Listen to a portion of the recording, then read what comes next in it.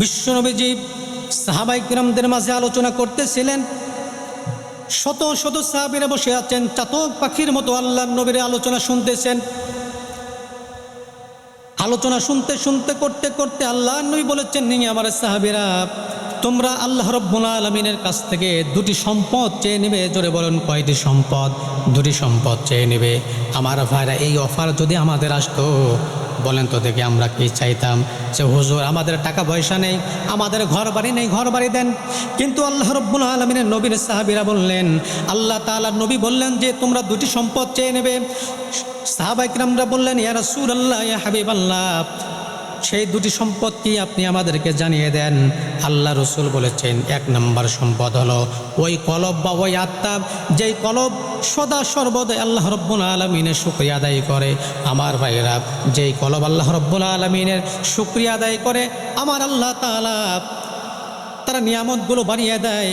আল্লাহ তাআলা কুরআনুল কারীমের ভিতরে বলেছেন, লা ইন শাকারতুম লাযীদান্নাকুম ওয়া লা ইন কাফারতুম ইন্না আযাবি লাশাদীদ। হে বান্দা বান্দি শোনো, তোমরা যদি আমি আল্লাহ রাব্বুল আলামিনের নিয়ামত পাওয়ার পরে তোমরা যদি শুকরিয়া আদায় করো, আমি আল্লাহ রাব্বুল আলামিন তোমাদের নিয়ামতগুলো বাড়িয়ে দেব।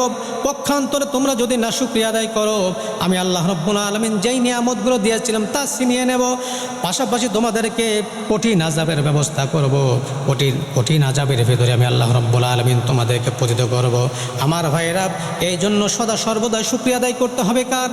আপনার একটা সময় আপনার সম্পদ ছিল না, আপনার সন্তান ছিল না, এখন আপনার সম্পদ হয়েছে, সন্তান হয়েছে, আলহামদুলিল্লাহ বলে শুকরিয়া আদায় করেন। আমার ভাইরা, বিশ্বনবীজি বলেছেন, যে ব্যক্তি সদা সর্বদাই শুকরিয়া আদায় করবে, তার নিয়ামত কমবে না, তার নিয়ামত দিন দিন বাড়তে থাকবে। জোরে বলুন সুবহানাল্লাহ।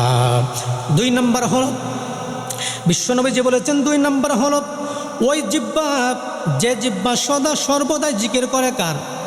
আল্লাহ রাব্বুল আলামিন বলেছেন, যে ব্যক্তি সদা সর্বদা জিকির করে, ওই সদা সর্বদা জিকিরকারী অথবা জিকির কারণীওয়ালার জিহ্বা কখনো আল্লাহ রাব্বুল আলামিন কখনো জাহান্নামের ভেতরে দিবেন না। জোরে বলুন সুবহানাল্লাহ। আমার ভাইরা, এই জন্য সদা সর্বদা জিকির করতে হবে। প্রিয় বন্ধুগণ, জিকিরের চারটি শব্দ। জোরে বলেন, কয়টি শব্দ? চারটি শব্দ। হযরত আবু হুরায়রা তিনি একদিন গাছ লাগাইতেছিলেন, আল্লাহর রসুল তার পাশ দিয়ে যাচ্ছেন। এবার আবু হুরায়রাকে ডাক দিয়ে বললেন, আবু হুরায়রা তুমি কি করো বলো? ইয়া রাসূলুল্লাহ, দুনিয়ার গাছ লাগাই। আল্লাহ রসুল বলেছেন, ওগো আবু হুরায়রা, তোমাকে কি আমি এমন একটি গাছের সন্ধান দেব যেই গাছটা জান্নাতের ভিতরে আল্লাহ রাব্বুল আলামিন তোমার জন্য লাগিয়ে দিবে। আবু হুরায়রা ডাক দিয়ে বললেন, ইয়া রাসূলুল্লাহ, এটা কে না চাবে? অবশ্যই আপনি ওই গাছের সন্ধান দেন। কি কাজ করলে জান্নাতের ভিতরে গাছ লাগানো হয়? ইয়া রাসূলুল্লাহ, আমি তো দুনিয়ার সাধারণ গাছ লাগাচ্ছি। আল্লাহ রসুল বলেছেন, চারটি বাক্য পড়ো। একবার পড়ো সুবহানাল্লাহ, আলহামদুলিল্লাহ, আল্লাহু আকবার, লা ইলাহা ইল্লাল্লাহ। এই যে চারটি বাক্য যদি তুমি পড়ো, আবু হুরায়রা, জান্নাতের ভিতরে তোমার জন্য আল্লাহ রাব্বুল আলামিন চারটা গাছ লাগানোর ব্যবস্থা করে দেন। জোরে বলুন সুবহানাল্লাহ।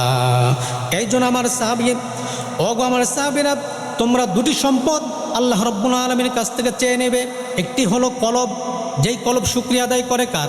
দুই নাম্বার হলো ওই জিহ্বা, যে জিহ্বা সদা সর্বদাই, বলুন তো দেখে জিকির করে কার?